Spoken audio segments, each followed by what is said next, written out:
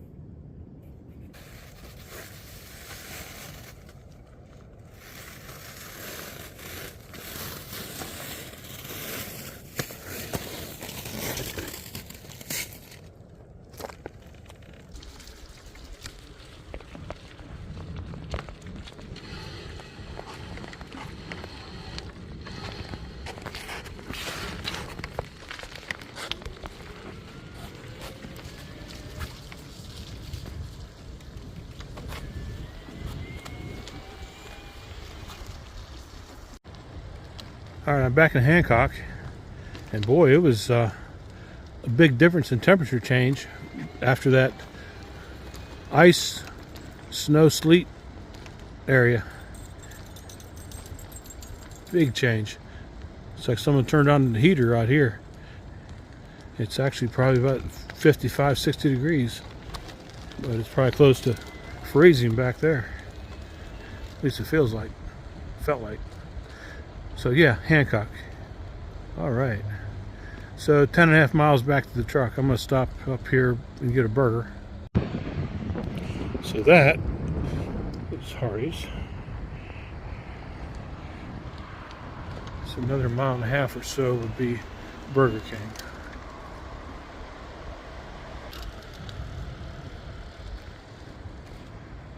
All right, so Burger King it is. Right up here after the next yellow gate. Okay, just up here, a little ways further. I exited off the rail trail.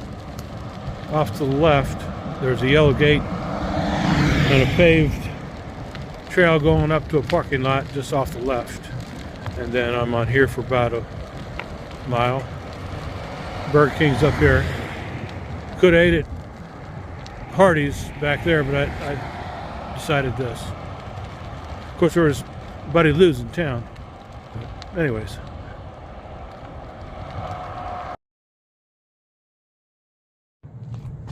Okay. Let's get the bike and get back on the trail. 10 more miles.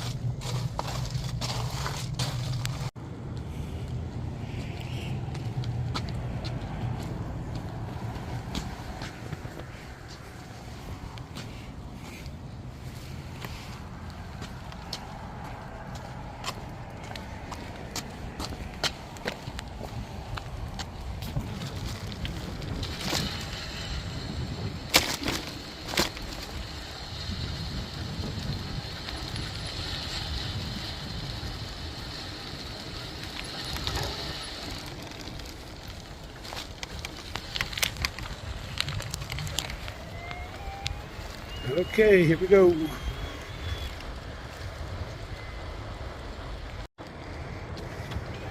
That's better. Put my other headlight on. And about 9 miles, I think. Or something like that. It's actually pretty warm out. I mean, I've got my heavy jacket on. Puffy jacket. It's warm. But I'm not sure what temperature is. It might be 50. 45. But man, it was super cold coming through that iceberg area.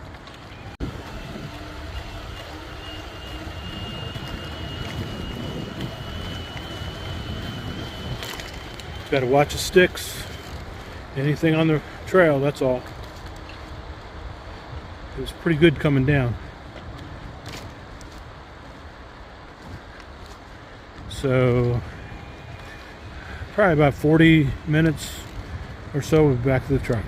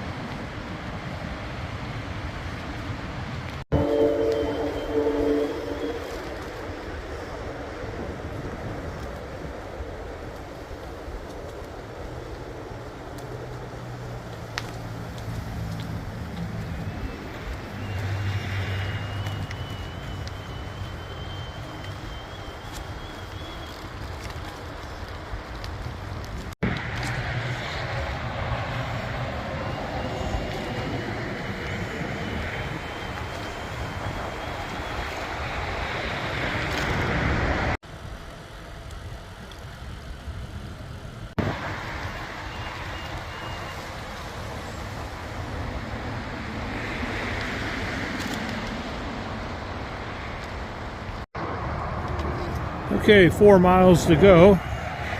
This is the mile 3 to 4 area on the rail trail here, and it's right beside the I-70 highway, as you can see there. Once I get up here about another mile and a half, it'll divert away. Just under 3 miles left. Still looking left and right. So I passed the area that I got off the rail trail this morning. So this is like the last 2.5 miles. Boy, it's a warm breeze. It's got to be 50, 60 degrees out here. Big change from coming across that mountain. And it was like freezing across that mountain. Okay, watch the boards. They were slippery this morning.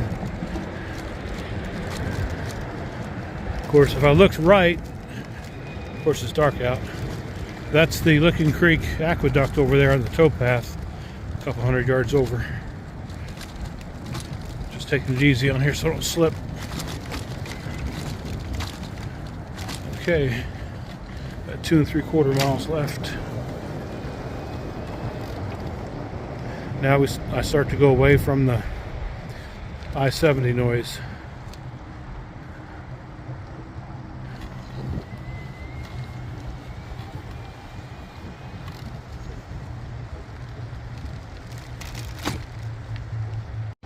Okay. Yeah, so about 2.5 miles left. And my kneecap is hurting. I must have stretched it or something across that avalanche area, walking across the avalanche on uneven ice. So that's when a throttle would come in handy. Just kind of on my, hurts mostly on the lower right part of the kneecap. So I don't think it's a seat adjustment issue. I think it was on that avalanche thing. But it's in the same knee that I have that meniscus tear. Sometimes it flares up. Okay. Getting there. So glad I got the e-bike. I could not have done this, I don't think, on the ADX today. Not with knee issues. At least this gives me somewhat of a break pedaling, the stress of it. But yeah, 2 miles left. Getting there.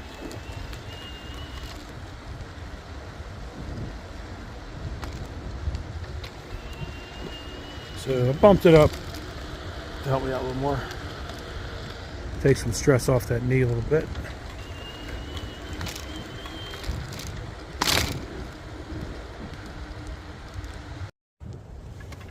Okay, so this is the turnoff that you would take back down to the towpath to get down there around 114.5 to the right. Active road, so keep an eye on traffic when you cross here. All right, so at this point, it's about a mile back to the parking lot. This only accesses the parking lot. You have to turn there if you want to go back to the towpath. And it's just down around the bend. Okay.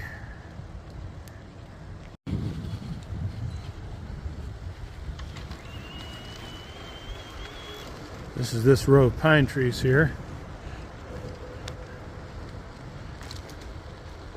Almost to the tunnel. And then the parking lot.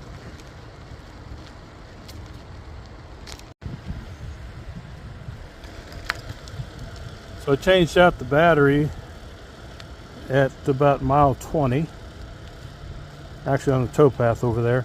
So figuring 20 miles back plus probably another mile or two, so that's what, about 22 miles on the battery with about 3 levels left. And that was mostly assist 3, a little bit of 2, some 4, a little less pedaling. So I'd probably push around 25 to 28 miles today on this battery on the way back. And that was the rail trail primarily. So it's good to take spares.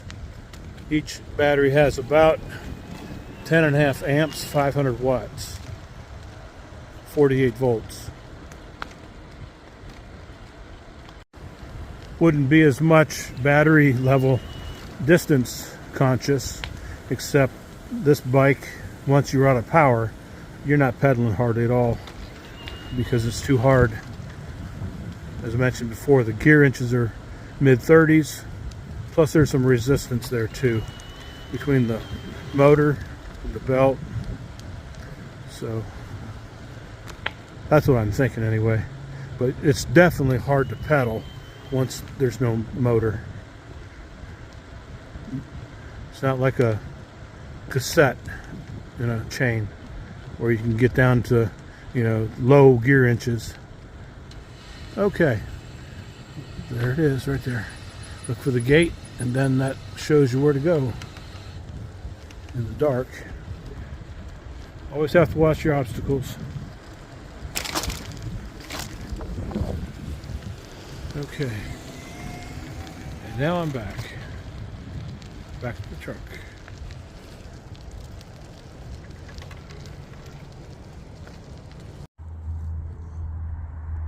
Okay, so all finished. Back to the truck. And over here there's a, what is this? Oh, that's a charger for a car. That's an EV charger. Somewhere they have, I think down there further, there's tools for the bike. So anyways, looks like everything fared okay. Let's get the truck started and load it up.